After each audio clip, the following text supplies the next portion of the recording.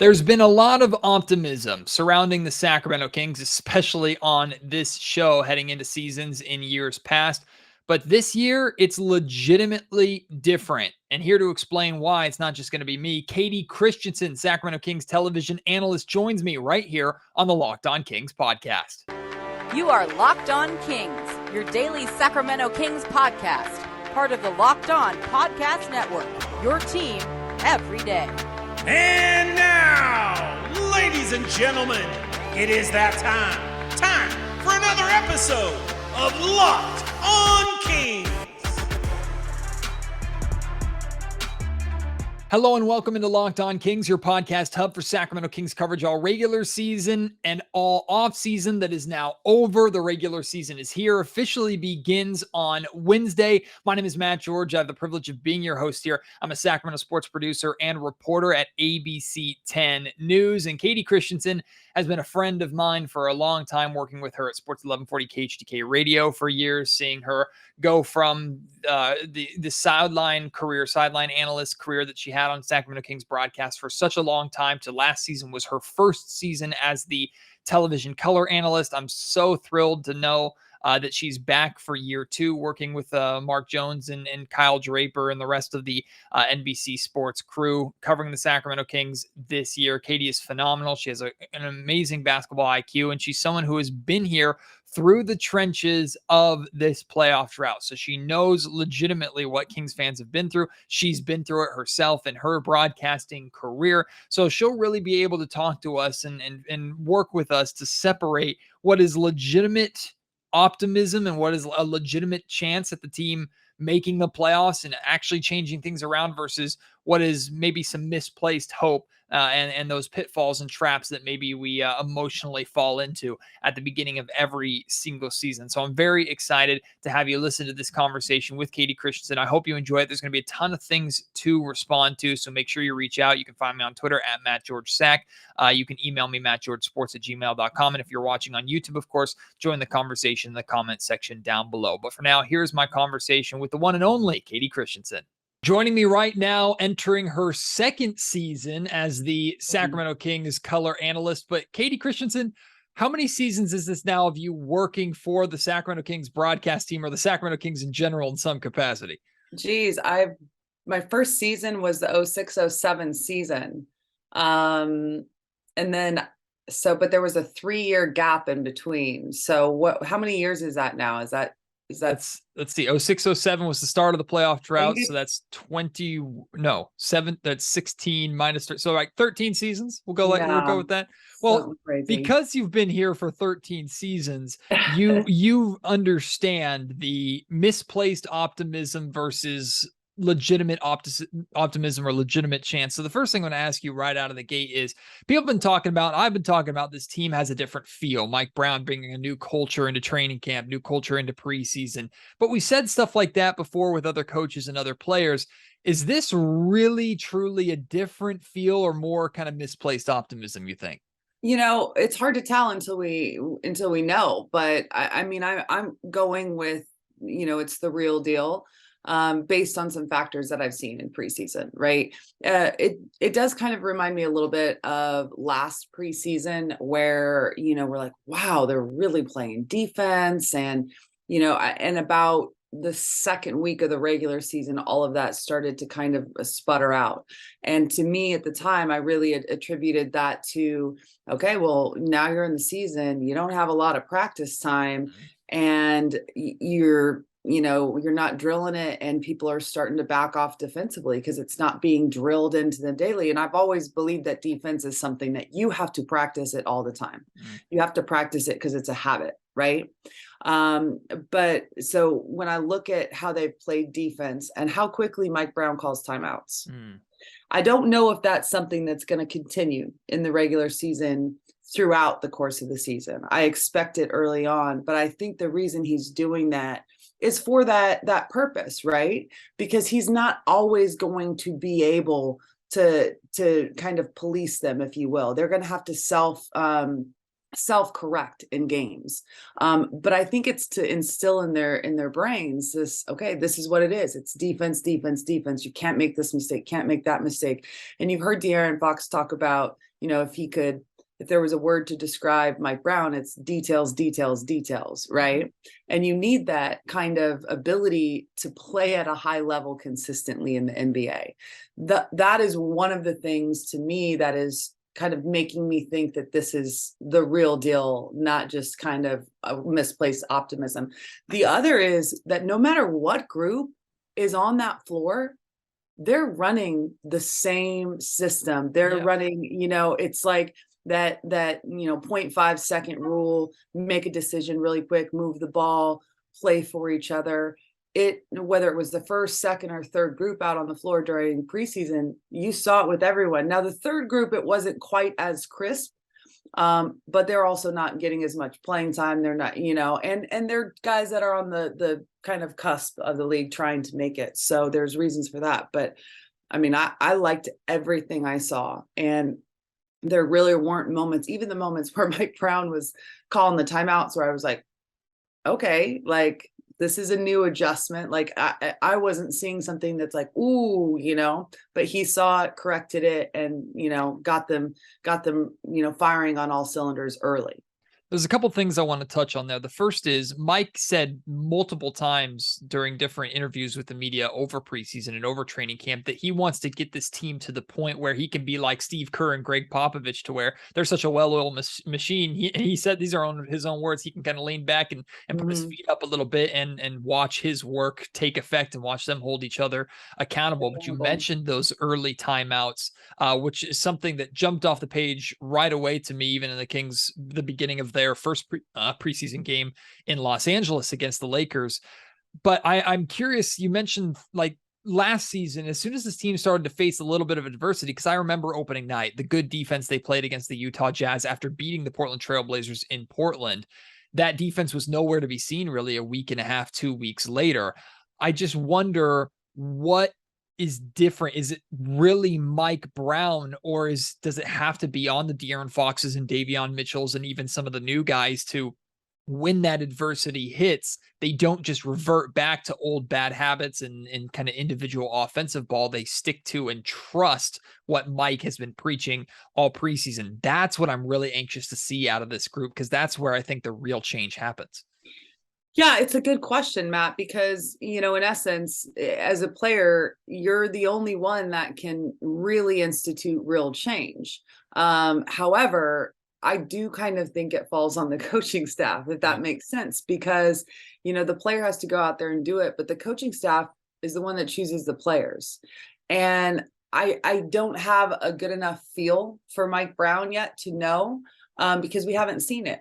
If there is a situation in a fourth quarter where De'Aaron Fox is just not playing defense at the level that he expects him to, does he bring Davion in? Does he bring someone else? Those are the ways that coaching staffs kind of affect change in terms of a player performing and doing the things that they're supposed to and really buying into a system, right? So it'll be interesting to see how it goes. One of the crazy things, when you look at De'Aaron Fox's defensive numbers and you look at it by matchup and prime matchups, excuse me, he actually performs really well against big name opponents. It's the other ones that the numbers are not so great, and he is aware of it. And so you also have to challenge yourself as a player personally and be like, okay, I know it's there. I know I'm capable of it. I have to hold myself accountable to a degree and perform like that, no matter who my matchup is. But I think that it's all kind of this ball of wax that is intertwined, right? So when you ask De'Aaron Fox to carry a team offensively on his back for 38, 40 minutes a game, and you also ask him to do it defensively, that makes it a little inconsistent. It's putting a lot of pressure on them. So when you look at what Monty McNair has done with this team, in my opinion, This is the most talented roster that I've seen since my first year here. That first year here was Mike Bibby, Brad Miller, Kevin Martin, Ron Artest, Francisco Garcia, Sharif Abdul-Rahim, Kenny Thomas was on that team. And that's when they started to dismantle. So the talent is there. And it's not just the talent of like, oh, a bunch of gifted offensive players. He has added defensive minded players. He has added those type, and you look at how he's drafted the last few years. I think we now have a really clear picture of who Monte McNair is, what he wants, the type of team he's trying to build. You draft Davion Mitchell, a defensive-minded player, obviously. Tyrese Halliburton, look at what he was able to do, both ends of the floor. Defense wasn't his strongest aspect, but he was getting much better. But and then you look at Keegan Murray. Again, these are older players that played in college for longer, more developed. You have a better idea of who they are and what they represent instead of drafting based on potential or the unknown. You know what I'm saying? So I think that as he's filled out this roster, he's got a bunch of guys that are going to play both ends of the floor. So that's also going to make De'Aaron Fox a better defender. He's got better defenders around him. He's got better guys in terms of offensively as well. The system that Mike Brown has put into place, it's not going to be a lot of like ground and pound, if you will, like give De'Aaron the box or the ball and let him go to work. Let everyone flatten out. Like there was too much of that. And De'Aaron was honest enough last year to say like, listen, I need structure. I need to play within a system. They have a system. He's got a big and Sabonis alongside him that can also create. He's got Kevin Huerter. I mean, there's so much more talent on this team this year. I think they're going to be better defensively in so many ways because they added defensive people, but also they added offensive people that can take pressure off of the main guys that maybe defense started to become secondary to them. One of the best ways that I could think to put it this offseason is Monte McNair built a roster that now I look at this team and I say, okay, De'Aaron Fox no longer has to be great to perfect for Sacramento to have a chance on a nightly basis. The Kings can get away with nights where De'Aaron is just good. And that was not the case in the past. And I wonder, based off of some of the things you were saying about the expectations for De'Aaron on the offensive and defensive end of the floor, because he has more of that help. Now, the Kings are still going to need nights where he scores 30 plus and he takes over. But he doesn't need to do that every single night. So on nights where 20, 22, 23 points is enough, but he's just the De'Aaron Fox threat that has defenses guessing so much. Because some of that offensive load is taken off of him, do you expect him to respond to that by taking on more of that defensive load? Yeah, I do. I think, and we saw a little bit of it kind of later in the season last year where it kind of mattered, where he was asking for certain matchups, right? Instead of, kind of the other direction, which is like, hey, and he was he was playing like a beast before he went out with that injury. And I think he missed the last 11 games. It was like averaging nearly 30 points a game, playing huge minutes. I mean, he was playing at an extremely high level, which we're used to seeing him play at the end of the season, right? But while doing that, he was also asking to take on the primary matchups. You know what I'm saying? It's like all, and I'm blanking on situations, but example, like all guard Luka. That's my responsibility, those types of things. So I think that, in that sense, I expect it from De'Aaron to really say, hey, if we're going to be the team that we have the potential to be, I have to hold myself accountable. And listen, they're going to hold him accountable too. His teammates, the coaching staff. Being in practice the other day, having the opportunity to go in there and watch their film session and kind of see. And it's not just Mike. I mean, Mike is great, but he has a tremendous staff around him. And he does a great job of allowing those staff members to also help him with the accountability, the responsibility. And I've been in a million film sessions as a player, kind of in this role. And there's something different when you're highlighting things that it's like, listen, like, De'Aaron, that was a great play. It should have been better. Like those types of things. It's not just pointing out the bad. It's pointing out, okay, this was good, but it could be so much better. And this is how it's going to be better. Those types of situations. And that's Jordy, that's Jay, that are the ones that are really being the voice for that. And another thing is like, what I loved about Mike Brown watching practice, he coaches everybody. I mean, he was coaching number 1 and number 20 at that point. I mean, like, and he is roaming, and there's so many things going on in a practice and so many stations, and they have it so dialed in terms of getting the most out of the time that they have, which in the NBA, you have to be able to do that so that there's less standing around. You've got a lot of stuff going on, and he is going from one place to the next, and he's making sure that everything's ticking, but also that he is actively coaching each and every different segment that is going on simultaneously on the floor.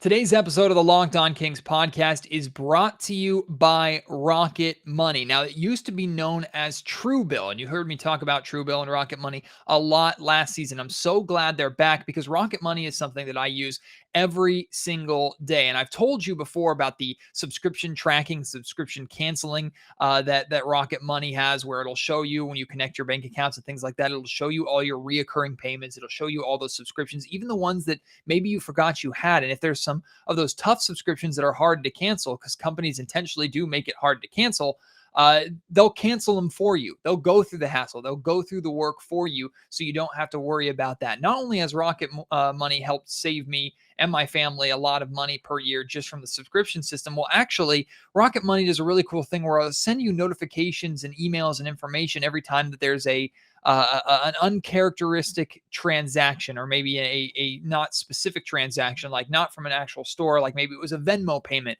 or things like that. And I get these all the time with other payments that I would make, and it would just let me know, hey, is this a legitimate transaction? Well, the other day, Rocket Money caught a illegitimate transaction, some credit card fraud that I was not aware that was going on. Rocket Money informed me of it because of one of those notifications. I was able to get it handled before anything worse could happen. Rocket Money really has your back like it has mine. Not only does it protect your money, it ultimately saves you money. You can cancel unnecessary subscriptions with Rocket Money today. Go to rocketmoney.com/locked on. Seriously, it could save you hundreds of dollars a year. And that's not a made up number. I'm saving almost $200 a year of subscriptions just by starting Rocket Money. That's rocketmoney.com/locked on.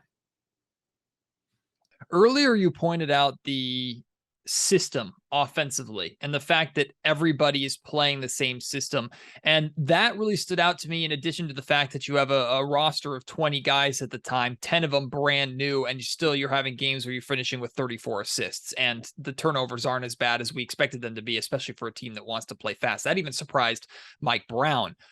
That system, that consistency where okay, when De'Aaron comes out of the game and Davion Mitchell takes over, the Kings are going to play the same way, versus like when Corey Joseph used to come in and back up Fox, the Kings would go into more like of a half-court offensive set with Dave Yeager, and we know ultimately that didn't work too well. Even Luke Walton a little bit, that didn't work too well too. Can you go into a little more detail about the benefits of a system where everybody knows what they're supposed to do and everybody knows their role at all times? We still don't know if Mike's rotations, his minutes, his starting lineup and closing lineups are set in stone yet. He has a regular season to figure that out. Yeah. But it seems like regardless of if Malik Monk is starting or coming off the bench, Kevin Huerter, De'Aaron Fox, Davion Mitchell, Domantas Sabonis, no matter when they're in the game, they know what to do despite different players around them. That's significant to me. I think it's interesting because I think the NBA has gone through phases of where in my opinion, there was a time frame with certain teams, especially, that it's like it was kind of a free for all, and you just kind of play open gym style. You play off of each other. Coaches gave players a lot of leeway because listen, they're the best athletes in the world. They're the best basketball players in the entire world. There's highly skilled. And it's like, give them some freedom, let them play. Well, that's all great, but not every player is capable of that. Not every team is capable of that. And I think that, one of the important things is, if you look at the Golden State Warriors, they have a very extensive playbook and they follow it. and there's options, there's reads, there's choice within the system, if that makes sense. But it's very structured. It's not a lot of free for all. And I felt that the playbook over the last couple of years was extremely small. And within that, it was, say you have like 5 plays and you've got 2 or 3 options out of each play.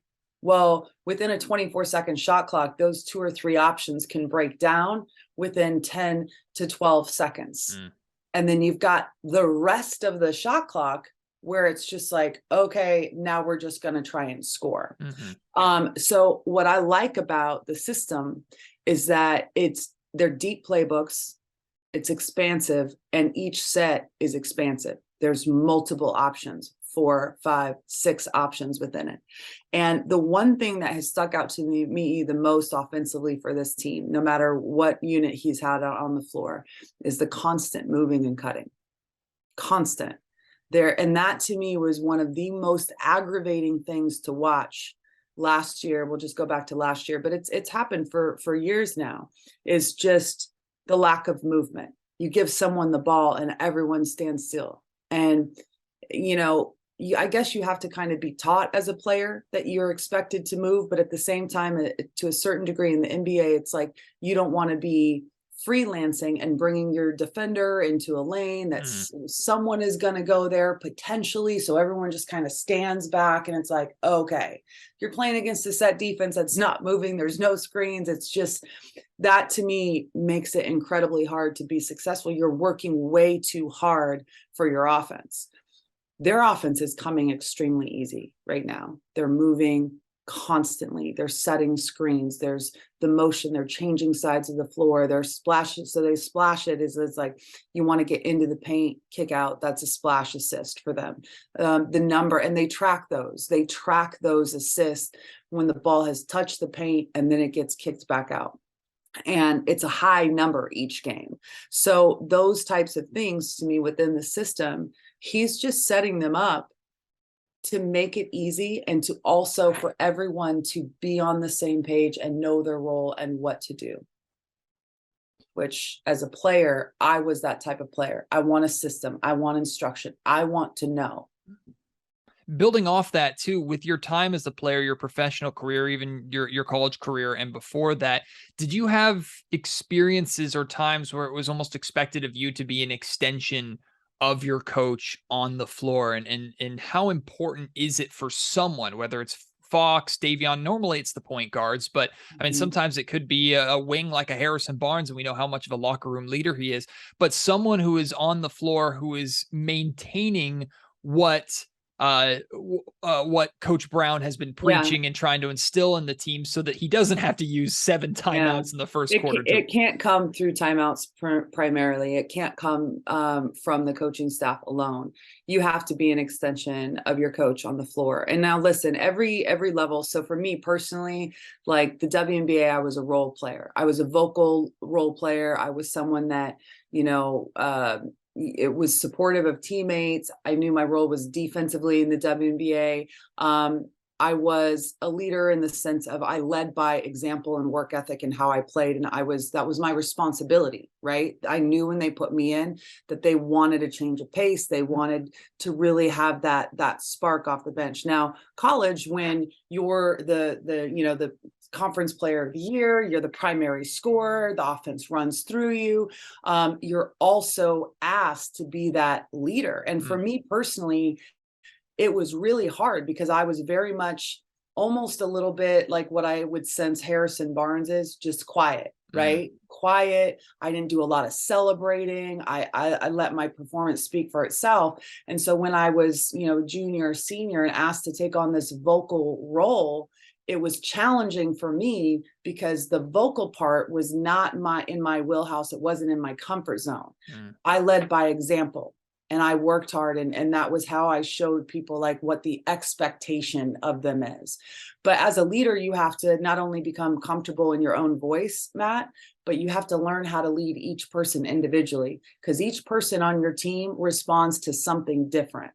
One of the things I wish I would see more in the NBA, so not just even with the Kings, but in the NBA in general, one of the best moments to confer as a team and to kind of help, be on the same page, and what, you would kind of be doing with like a 20 or 30-second timeout with your coach, is to huddle at a free throw after a foul. Hey, we got to do this. No more turnovers. We got to get a stop next possession. We can't turn, that is where you can quickly regroup everyone. And for me, I think that that's something that would benefit them, especially when you want to play fast, right? You want to play fast. That's a stoppage and play. Don't waste a timeout when you can quickly kind of do it amongst yourselves without the coaching staff. Today's episode of the Locked On Kings podcast is also brought to you by our friends at betonline.net. Rocket Money helps you save your money and keep track of your money.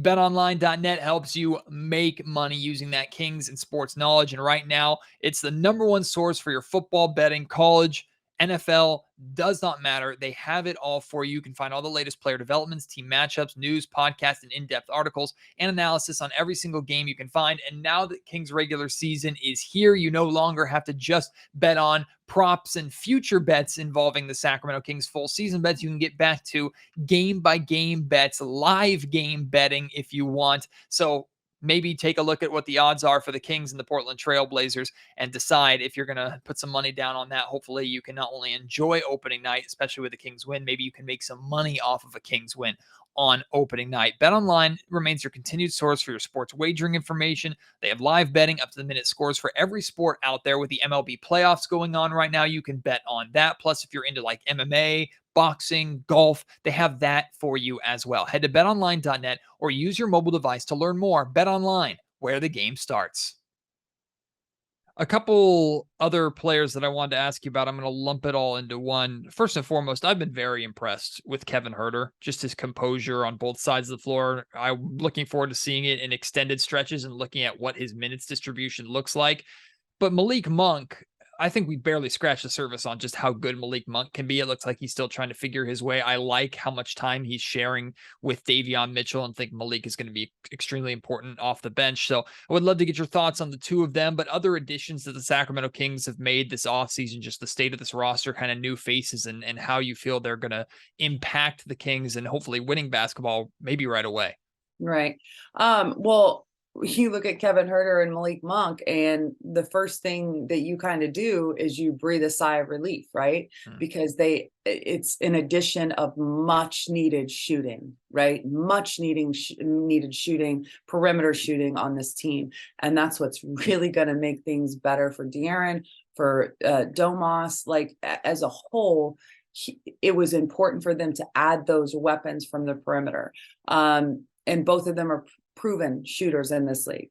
The one thing I really like about Kevin is his versatility and his size. He's a very big shooting guard, if you will. He's very big. He has the length, he has the size, and he's versatile in terms of who he's able to defend, and also what role Mike uses him on the offensive end. Sometimes he likes to put it in his hand and kick De'Aaron off ball, which is great, because actually the playbook that Mike Brown has in place, it allows De'Aaron to go to a corner and be able to come off a curl and get right into the heat of things in the paint, instead of having to do that from the top of the key every single time.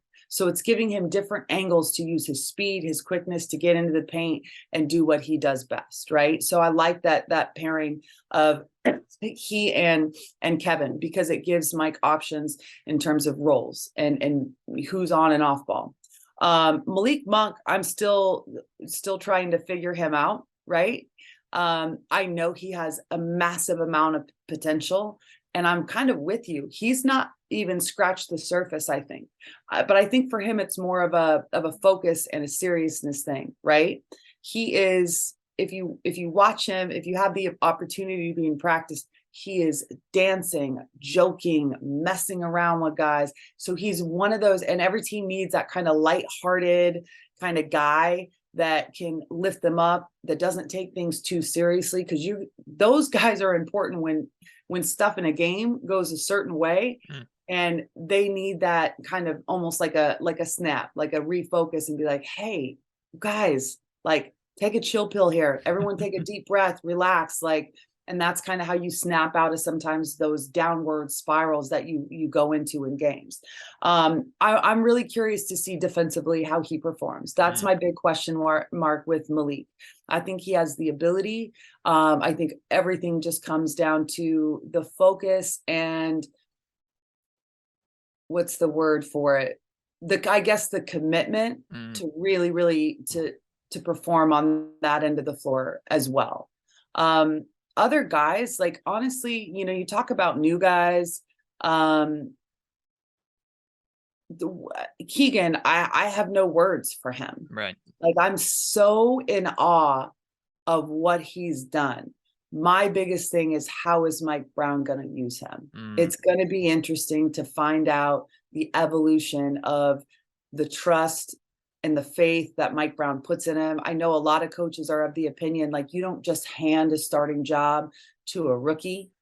But, I've talked to people in the basketball world that have kind of been paying attention to the Kings. And one guy said, Keegan is the second best player on that Kings team already. He's the second best player on that team.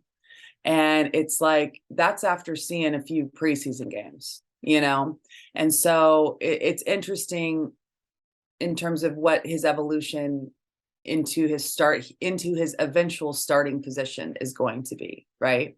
But the one that I really am actually looking forward to is someone that we had here last year. I'm really interested to see what Terrence Davis does. Yes. Really, really interested, because those, 5 or so games before his season last year was up and down, not being used for a chunk of like 10 games or whatever, performing well, falling out. It was a yo-yo season for everyone. I mean, Luke Walton was fired, 17 games into the season. Alvin comes in. It was just all over the place. But he hurt his hand. And it was right before, that injury that he was playing at an extremely high level. And listen, TD is also one of those guys that is capable of so much. But for me, it comes down to the commitment to stay focused and play with intent on both ends of the floor, because he can defend at a high level. But there was times last year where his defense was so bad. And I'm like, that's ridiculous, because you're a great defender. You have the potential. It's not even like, I hate when people use that. You have the potential. He is a great defender when he chooses to be, and when he commits himself to like caring on that end of the floor. And we saw more of that at the end of the season. We saw a fully committed, focused player that was playing both sides of the ball. And so that's another shooter on a roster that, to me, in the NBA, you can't have enough. So I'm curious to see what kind of an opportunity he gets, because there's been a lot of other additions, and it's like, all right, how are you going to fight for this? He worked really, really hard in the off season, and I'm curious to see how that all pans out for him and for the Kings. Finally, Kayte, Wednesday, another opening night, one of my favorite nights of the year. I expect the Portland Trailblazers to look a lot better in that game than they looked during the preseason in Sacramento, although I still expect the Sacramento Kings to ultimately be a better, deeper team. So I have high expectations for opening night, and so much of it has to do with the crowd and the energy in that building. They had a sellout for the Lakers preseason game. They had 14,000 in there for the first preseason game against Portland. Excited. So that's what I was going to just ask you or end with you is, I mean, you've experienced a lot of Kings opening nights, but this is an opening night that there's a real air of hope that I think is coming into the Golden One Center that might feel a little bit different once we're actually in there experiencing it. Yeah. From what I understand, I was at Fan Fest on Sunday, and everybody that I spoke to from the organization had said that it's extremely close to a sellout. And this was on Sunday, right? And that means the upper deck too, the upper bowl. And so I would be shocked if it wasn't a sold out crowd. I would be shocked if it wasn't a sold out crowd for the beginning of the season, and continues that way if the team is performing at a high level and playing the way that they have been. It's not winning, right? I said performing at a high level and playing the way they are. Because listen, they have a tough schedule. They play the Warriors, like 3 times within like a 3-week span. Yep. Like they have, they've got the Clippers right away, back to back, go to Golden State the next day. This is the first weekend of the season, right? And so there's going to be some challenges for them. But if they stay true to the way that they've been playing and kind of the commitment to the system, like they're going to be a really fun team to watch. And I think that as long as that's the case and they're not having, blowouts and being blown out, which I don't see that happening. I mean, it happens to every team. Even a couple of years ago when Kawhi was healthy, I think that the Clippers got blown out by like 58 on Christmas or something. It's something ridiculous. It happens to everybody. But I don't see kind of the up and downs that we've had in the past and the extended losing streaks, that type of thing. So I'm excited for opening night and the possibility, because everywhere you go, gosh, like the grocery store, like the gas station, like everybody is asking, and it's legitimately like it's almost scary in a way, right? Because it's like, are you excited for the season? Like, how is this going to be different? And you're optimistic at the beginning of every season, but like this does feel really different, and I can't quite put it into words, and so it's a little scary for me. Yeah, and I know there are a lot of Kings fans who are scared to be hurt again, but speaking of fun teams to watch, yourself, Kyle Draper, Mark Jones, Morgan Reagan, Kenny Thomas, Matt Barnes, the whole crew, and maybe some more surprises back with us here for the regular season all season long. Hopefully you guys will be involved in actually covering some postseason basketball this year as well. Man, that would be a great change. Yeah. You all deserve it. You, G-Man, I don't think there's anyone who deserves it more than the two of you guys. So I really hope we get that this season. You guys do such an excellent job, so I'm looking forward to spending the season with you guys, especially during road games. I appreciate you coming on Locked On Kings. We'll definitely have to do it again at some point during the season, and it's a pleasure, Kayte. Thank you. Anytime, Maddie. I'll do anything for you. You take care. Huge thank you to Kayte for joining me here on the Locked On Kings podcast. It is always a pleasure having her on. If you enjoyed that, want to respond to some of the conversations that we had, please do so. Again, you can reach me on Twitter at MattGeorgeSack. Email me, mattgeorgesports@gmail.com.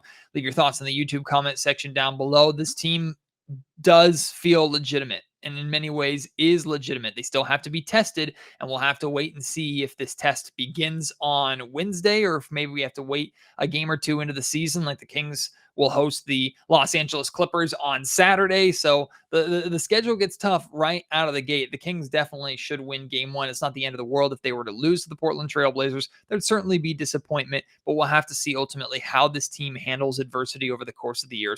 Because I will tell you, I still expect there to be a decent amount of losses for this team. It's not going to be a 60-win team all of a sudden. So we're going to have to deal with some tough losses at times and see how the team responds to that and what goes wrong and what Mike Brown fixes and what the Kings adjust over the course of the season. But this team feels legitimate enough to be able to make those adjustments, not just in game, but during the season, and put together a win total and put together a season that is good enough to bring postseason basketball back to Sacramento. Really appreciate your support. Can't wait for tomorrow. I'm going to be joined by my guy, Mike Richmond. He is the host of the Locked On Blazers podcast. He and I will cross it over and we will preview opening night for both the Kings and the Blazers. Probably get a better idea of what this Blazers team is going to look like. I don't think the way they looked against the Kings in preseason is accurate of how good that team can be. I still expect the Kings to be better. Maybe Mike disagrees with that. We will discuss that on tomorrow's episode of Locked On Kings, so please join me for that. Until then, my name is Matt George. You have been listening to Locked On Kings, part of the Locked On Podcast Network.